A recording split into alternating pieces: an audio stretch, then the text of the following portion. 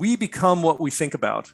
So if you're thinking about hockey or football or whatever, that's great, but that's not going to get you to that point where you can make work a choice instead of a necessity. 92% of the population that is primarily basing their retirement on one of these plans, where there's the 401k here in the US or the equivalent can. 92% of people are not going to get there.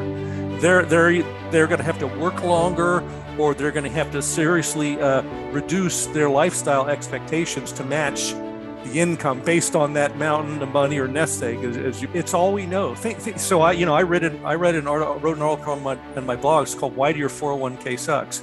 Question. It's all people know. It's just shoved at them all the time, and their whole circle of friends and family and colleagues are all doing the same thing. So it's hard to go against the tide when there's this one guy that's saying your 401k sucks, and why would you believe him, right? Well, welcome everyone to the Revolutionary Man podcast. I'm the founder of The Awakened Man and your host, Alan DeMonso. How does your financial future look? Are you relying on government investment programs, banking programs, and other traditional methods? See, the challenges is these and other similar programs will likely not get you to where you hope to be. So what is the alternative? Well, today my guest is going to touch on that. And he's actually hopefully going to touch on about 13 different categories for unconventional investments that, when deployed correctly, can close the gap to where you are today and to where you want to be. Now, before we get into all that, I just want to remind you to hit like, subscribe, and share on your favorite platform to stay updated on the latest content, as well as helping me grow the Awakened Man message. And for that, I just want to say I'm truly grateful. So why don't we get on with today's episode? The average man today is sleepwalking through life, many never reaching their true potential, let alone ever crossing the finish line to living a purposeful life. Yet, the hunger still exists, albeit buried amidst his cluttered mind, misguided beliefs, and values that no longer serve him. It's time to align yourself for greatness. It's time to become a revolutionary man. Stay strong, my brother. As you know, it's customary. I like to ask a couple of opening questions just to set the stage for us for today's talk. So what size of nest egg do you need to retire the way you want? And are you on track to getting there? Many of us don't even know what the size of that nest egg is, other than responding, well, I need $1 million. Now, that might have worked 10, maybe 20 years ago, but is that enough today? And it really all depends on our lifestyle choices, doesn't it? And the kind of investment vehicles that we're choosing to use. Well, today, my guest is going to share how he turned his financial story around in just 9 short years. So allow me to introduce Chris Odegard. Chris is an alternative investment blogger and an educator. He's the author of Get Off Your Ass and Manage Your Money, Why You Need Alternative Investments. Well, Chris is teaching, through his teachings, he exposes conventional investing wisdom from what it truly is, which is being seriously flawed. So much so that, in fact, 92% of Americans, and I would suggest I'm a Canadian, that we're probably not far behind, will never have an abundant retirement lifestyle, much less achieve financial freedom at a younger age. So if you want to build your wealth at an accelerated pace with less risk, taxation, volatility, you owe it to yourself and your family to learn about alternatives so you can make the best educated decision on which path that you want to be on. Welcome to the show, Chris. How are things today? They're awesome. Thanks so much for having me on, Alan. You hit a couple things right there that just kind of launched me right into, my thoughts on this. So where do you want to begin? Yeah, absolutely. For sure. Well, you know what, and all the work that I do with men, we always talk about everyone being on our own hero's quest or our own hero's journey. And so tell us a little bit about your journey and how the challenges you've had in your life has shaped you into being who you are today and what you're doing.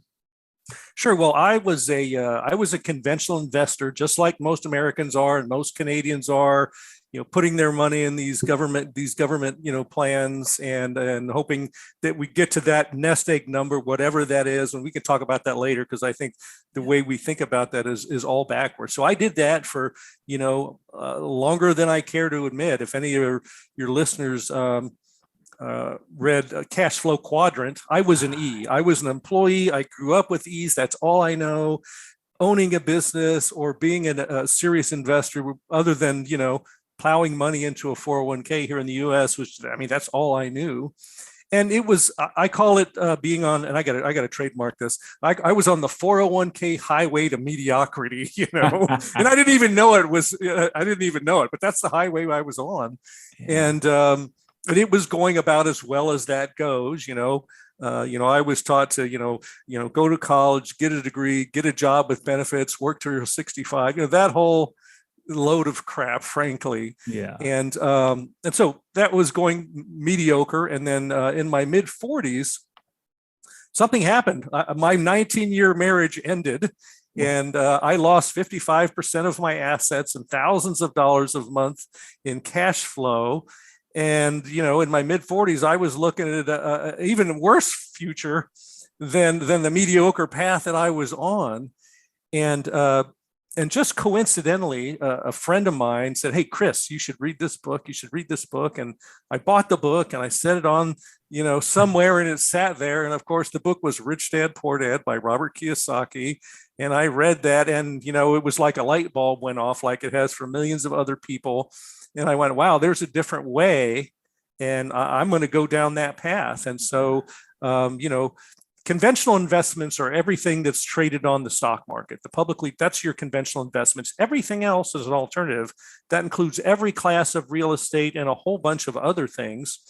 And so I started moving down that path. And 9 years later, when I looked back at that, 9 years later, I had recouped all that money, multiplied it many times over, and I fired the man, quit my corporate job, and I never have to work again if I don't want to. And that would have never happened had I stayed on that 401k highway to mediocrity. So that's how I got there. And so I started my blog at prolificinvestor.net, and I said, yeah, everybody needs to know about this. I mean, how many men and women go through a financial thing like that, whether it's divorce or bankruptcy or a financially crippling medical thing, and they just go, well, I guess my lifestyle in the future is just going to have to be way less than I thought it was.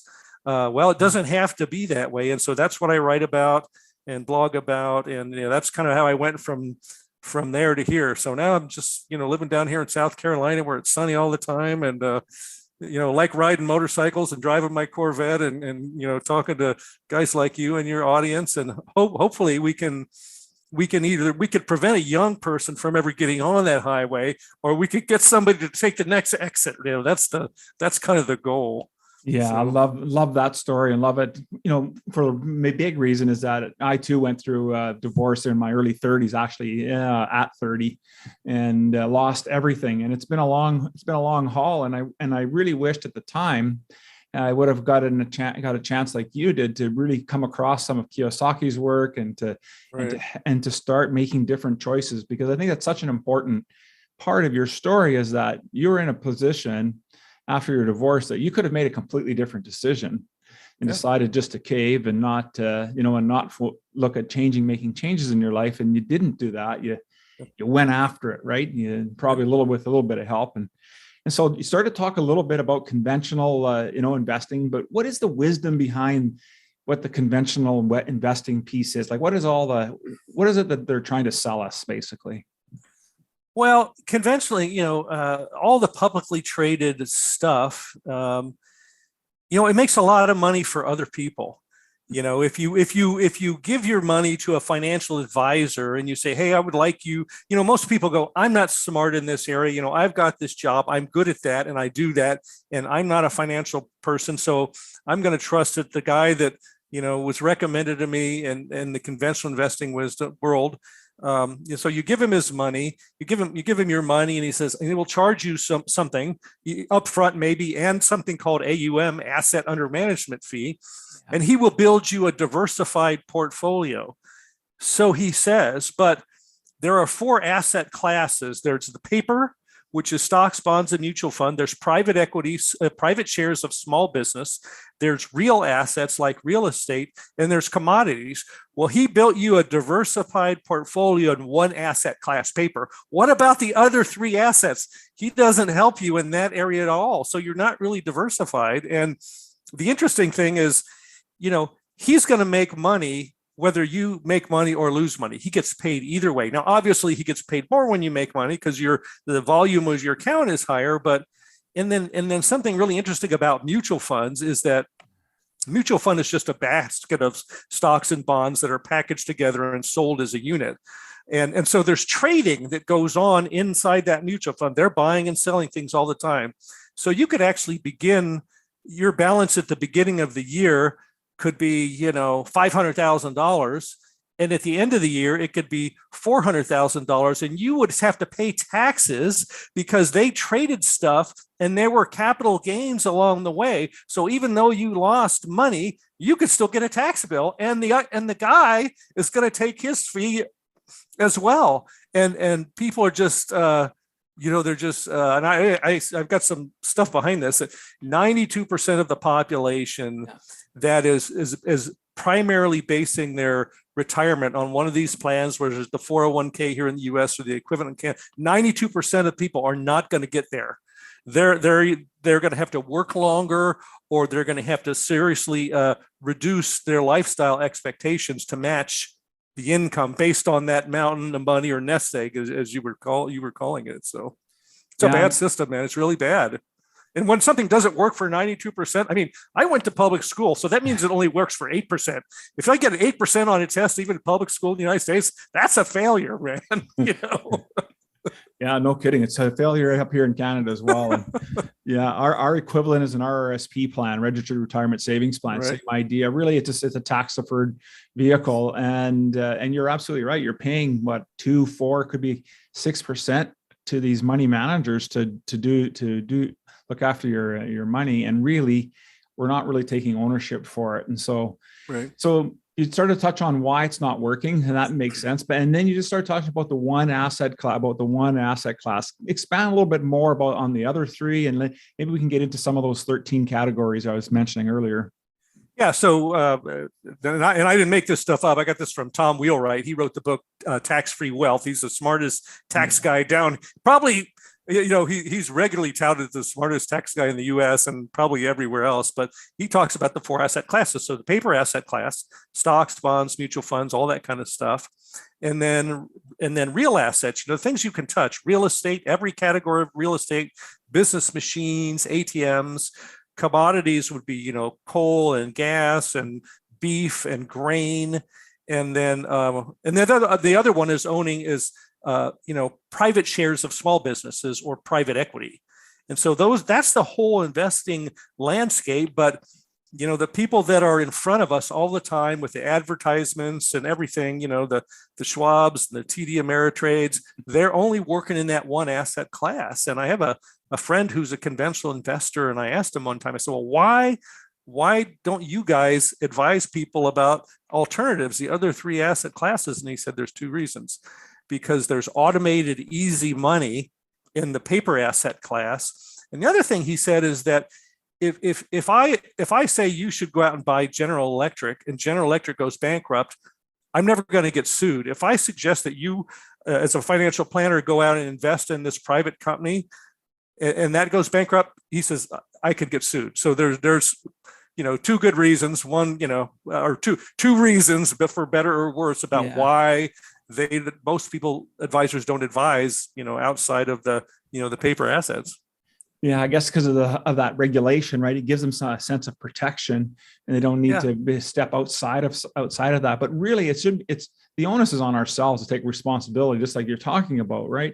And so we have to look at it. And maybe there's nothing wrong with having a portion of your money in something that's, depending on what your risk tolerance is to be into something that's a little, I'll call it safer. But we still, the topic really today is about how are we going to get to that nest egg, and how are you going to be able to maintain that lifestyle? Because why should we step back? Because we haven't done a good job. And I like how we're also talking about young folks. I have 2 young men, has sons in their late 20s, and one just turned 30. And so it's important for the younger audience that listens to this podcast to understand and wrap their head around that, if you're not investing, you need to start. So tell me why, if the conventional wisdom isn't working, then why is everybody doing it? Like, Why are they not doing anything else? Are they not reading Robert's book, Yep. or what's going Well, on? it's all we know. So I read an article, wrote an article on my blog. It's called "Why Do Your 401k Sucks."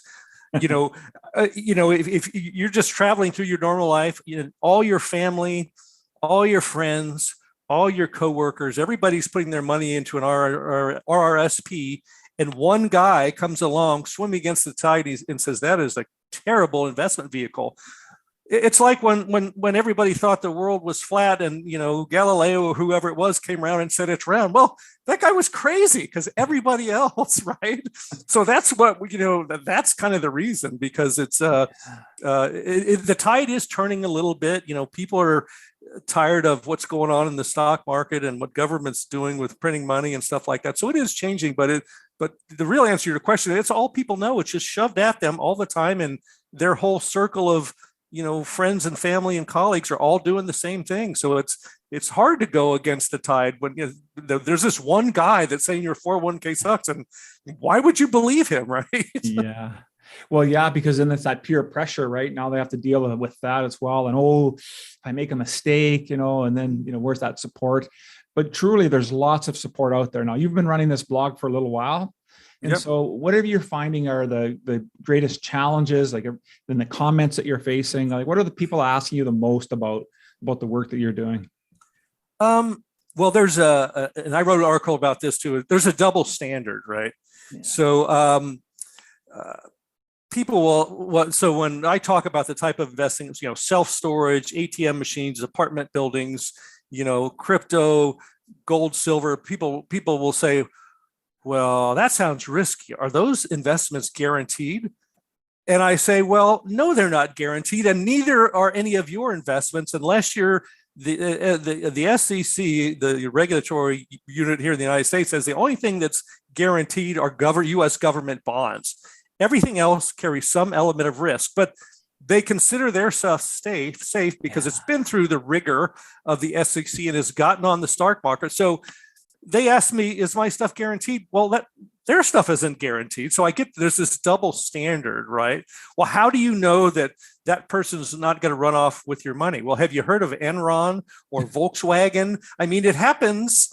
Yeah. It happens in the publicly traded markets too. I will readily admit that it could happen easier probably here in the alternative world because these are unregulated private investments. But, the thing that I get to do that, conventional investors don't get to do is I can go meet the CEO or who's ever running this deal and take them out, and we can have a beer or a coffee or lunch or whatever. You don't get to call up the CEO of GE and say, hey, I want to get to know you and make a character judgment about you and your ethics and your company, right? Well, we get to do that. I mean, I just came back from a due diligence trip to Dallas and Santa Monica looking at the next thing that I want to do, and met the co-founders of this company. And, so you have that advantage, right? I mean, It takes a little bit more work, but it's a lot of fun. You meet a lot of great people, and so. Yeah, for sure. I could just, that piece alone, getting an opportunity to be that close to it, it's to your investment and really getting a better understanding. Because sure, you can read all of the the quarterly reports and all of that, but it doesn't really give you a sense of what kind of businesses that they're truly running. And then when it's so large, what kind of influence are you going to have?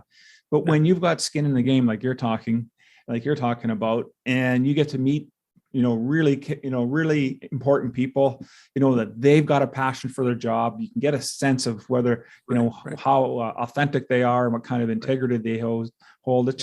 It's a much different way to look at investing, isn't it? It is. And, here's one of the things that I look at. I go, look, business is unpredictable. You have the economy, you have government regulations. We have a lot of things going on in the world right now. And what you could have started something 12 months ago or invested in something, and nobody knew that any of these headwinds were coming.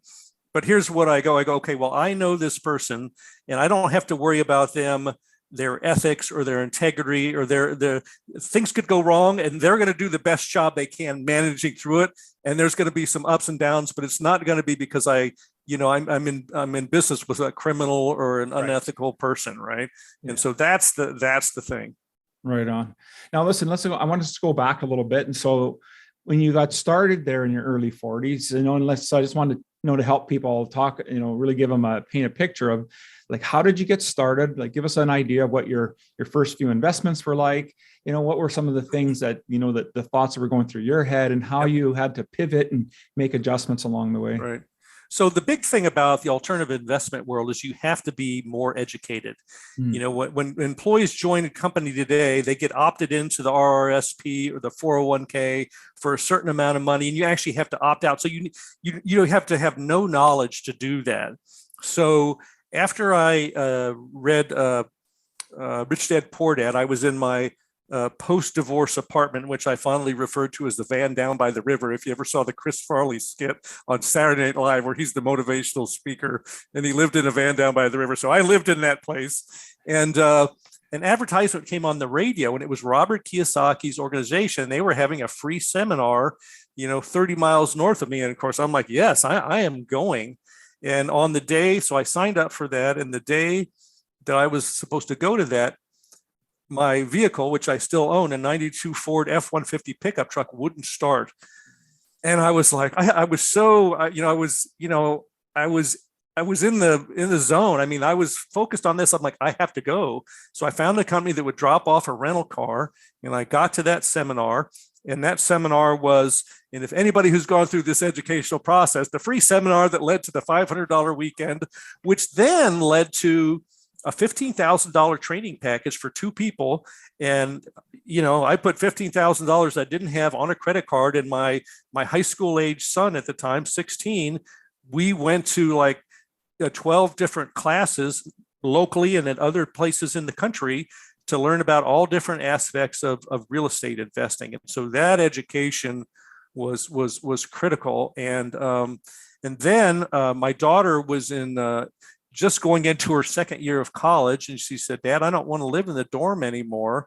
And I knew this was going to happen, right? She wants to move off campus. And I had said, well, I'll be darned if I'm going to pay somebody else's mortgage up there for 3 years. So it was during that time that President Obama had his first time home buyer tax credit program. So she and I bought a duplex together.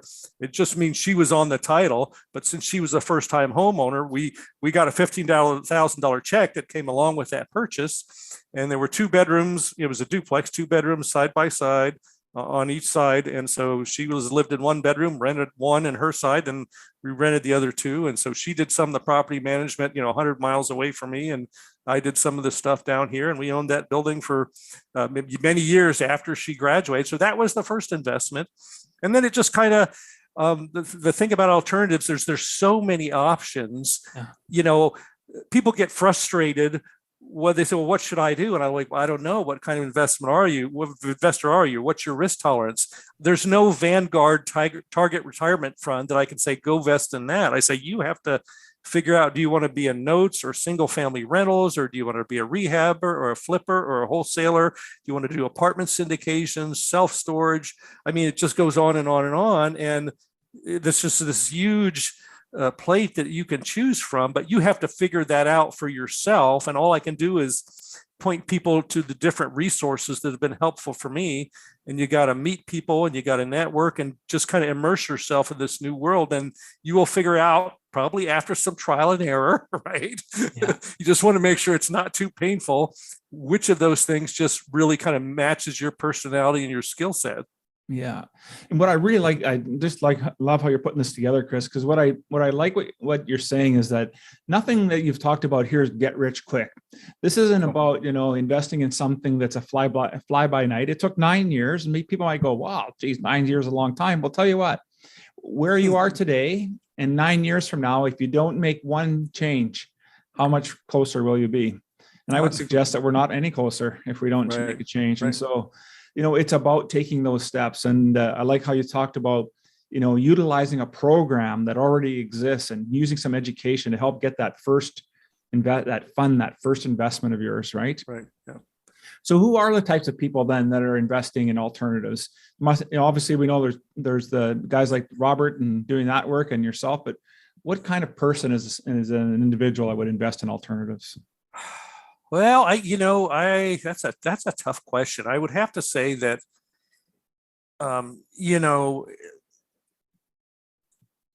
through my going through this journey, and when I was still working at a company and sitting in an office where I was within 10 people were within 10 feet of me, and I could tell you that and they watched me go down this journey, and I could tell you that only 2 out of 10 did anything different than what they were already doing. So it's hard to say, well, who are the people that will do that? It's hard to say, but what type of person is that it's going to rise above the crowd and rise to the top? That's the type of person, and they're going to be in the minority.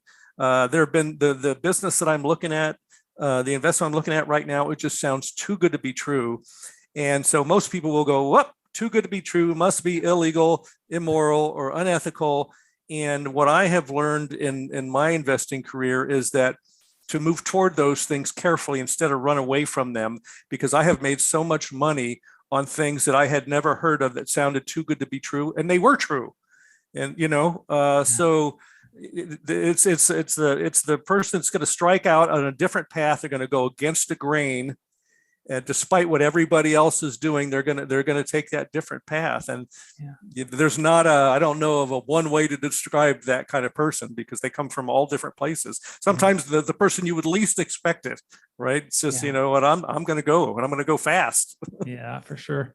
I just wanted to go back and touch on you mentioned the book Cash Flow Quadrant, and I truly like that book.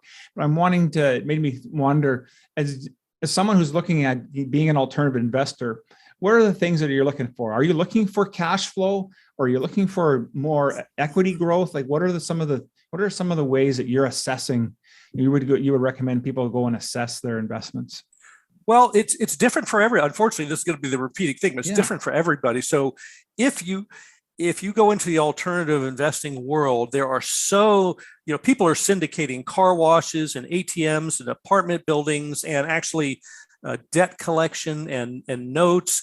And there are so many things. And there's this kind of shiny object syndrome, you could just go everywhere. So as an individual investor, you have to set up some criteria, and I'll just give you a few of mine. So I look for appreciating assets. So that means it's any kind of real estate. That means a piece of business equipment like an ATM or a piece of earth moving equipment that doesn't qualify. So I go, okay, that's really interesting that somebody's got a fleet of dump trucks and they want me to be a part of the financing of buying this. That's a depreciating asset. So appreciating asset is one of mine. Second thing, not saying, just one of the other ones, is something that I can use leverage with. Means other people will loan me money to buy that asset. So that rules out all conventional investments, because no banker will loan you money to buy stocks, bonds, and mutual funds. But they will loan me money all day to buy a piece of real estate, for example. So you got to be able to use leverage, and it has to have a built-in tax benefit. Well, stocks, bonds, and mutual funds, no built-in tax benefit. A real asset, now that could be a piece of business equipment, it could be real estate, has something called depreciation. So I could still be making a profit on my investment, but showing a loss for tax purposes. And that really just drives up your ROI. Think about it. When you're using somebody else's money and when you're gaining depreciation, you're just amplifying your returns. And yet from a tax standpoint, you might show a complete loss, even though your investment is very successful. So let's see. And it just has to have, in the, over the history of the S&P 500 index in the US, the average return to the investor has been somewhere just shy of 10%, right? Yeah. Well, in my world, I don't do anything that doesn't generate 20% plus before the benefits of leverage and taxes.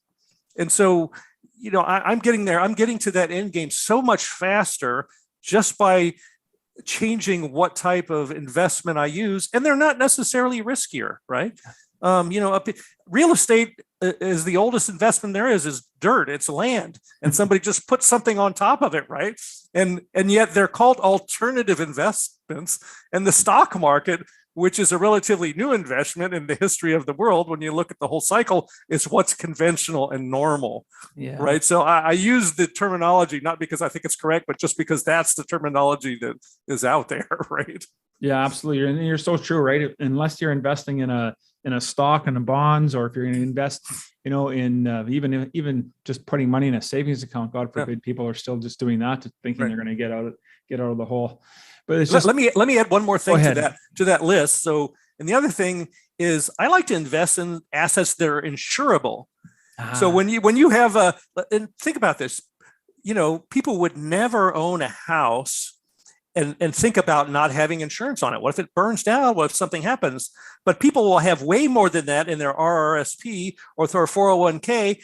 Try going to an insurance agent saying, I'd like to insure the $1 million that I have in this account against loss, and they will laugh you out of the office. But my self-storage, my ATM machines, my apartment buildings, guess what? They're all insured. So if something happens to them, I'm not out, right? Yeah, absolutely. So these are just a handful of the 13 different things that I compare conventional and alternative investments across. Yeah.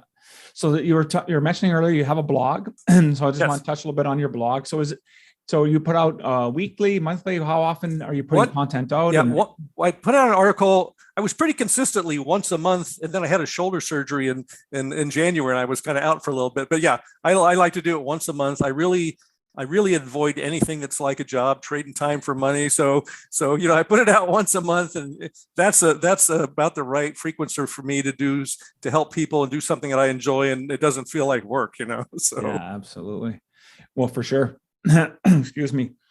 So what's the best way for someone to learn a little bit more about alternatives? Obviously they could go to a course, they could buy a book, but now that you've been doing this for a little while, 9+ years, what's the best way for someone to get started and really learn about this? Well, this is going to sound very self-serving, but the reason I wrote the book, Get Off Your Ass and Manage Your Money, is because I thought, wow, my journey across those 9 years was 1 step forward, 3 steps back, 2 to the left, 5 to the right.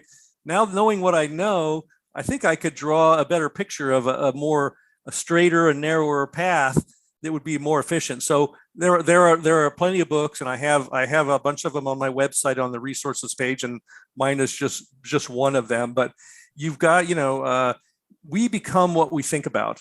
Yes. So if you're thinking about hockey or football or whatever, that's great, but that's not going to get you to that point where you can make work a choice instead of a necessity. So you got to read the books, you got to get involved in you got to listen to the podcasts, like what we're doing right here, and start just putting that new information in your brain and get the other stuff about, the stock market and the mutual funds, out.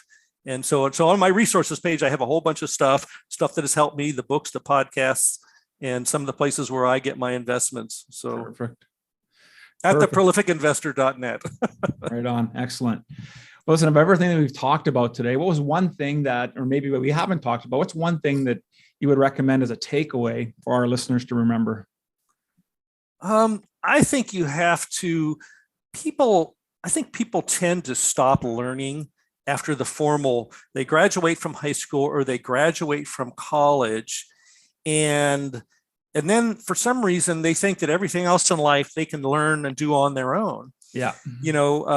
The $15,000 that I spent on that class was just one of the many programs or mentoring programs that I have spent. And if I told people how much more money I had spent, they would think I was crazy. But if I told them that I went to a college or university and got a master's degree in business, they would think nothing of that. I can tell you that wouldn't have got me where I am today. It was the individual classes and the mentors and the seminars that I went to and hung around with people that are trying to do the same thing that I'm doing, or actually hang around with people that are already there. Yes. The last thing you want to do is be the smartest person in the room. You want to be in a room with the people that are a lot smarter than you, right? So go find those people, and now you can do it. It's with today's technology, with podcasts and audiobooks and the seminars and just the your mentor doesn't have to be somebody that lives down the road from you. What we're doing here right now might inspire somebody to do something different, and that's the whole hope. Absolutely, and the idea is to do just that. So provide an opportunity for some content. Everyone, when the student's ready, the teacher will appear. And I've interviewed a few folks that are doing different types of investing and taking care of themselves. Right. And I'm always intrigued that everyone has a different way that fits for them. And that's my hope is that's what we'll find for folks today when they listen to this podcast. And so Right. I just want to say thank you so much for spending time with me today. And we started to unpack what unconventional investing is all about. And it isn't risky. There's lots of opportunity there for us. And anything that we get involved in does have some form of risk. But if there was an opportunity for our guests to get a hold of you and spend time with you, Chris, and maybe participate in any programs you have, get your book, how would they get? How's the best way for them to get a hold of you? If you go to the prolificinvestor.net, there's a little coffee cup in the center that says have a free 30-minute virtual coffee with me. You can push the button, get access to my schedule, and we can have a private conversation and see if I can help you out in any way. Perfect. Well, I'm going to make sure that information is in the show notes, as well as all of your social media contacts. Give everybody opportunity to reach out to you, find you in the manner that they like to. I just want to say once again, thanks so much, Chris. It was outstanding conversation today. Yeah, thanks for having me on. I really appreciate it. Thank you for listening to the Revolutionary Man podcast. Are you ready to own your destiny? To become more the man you are destined to be? Join the brotherhood that is The Awakened Man at theawakenedman.net and start forging a new destiny today.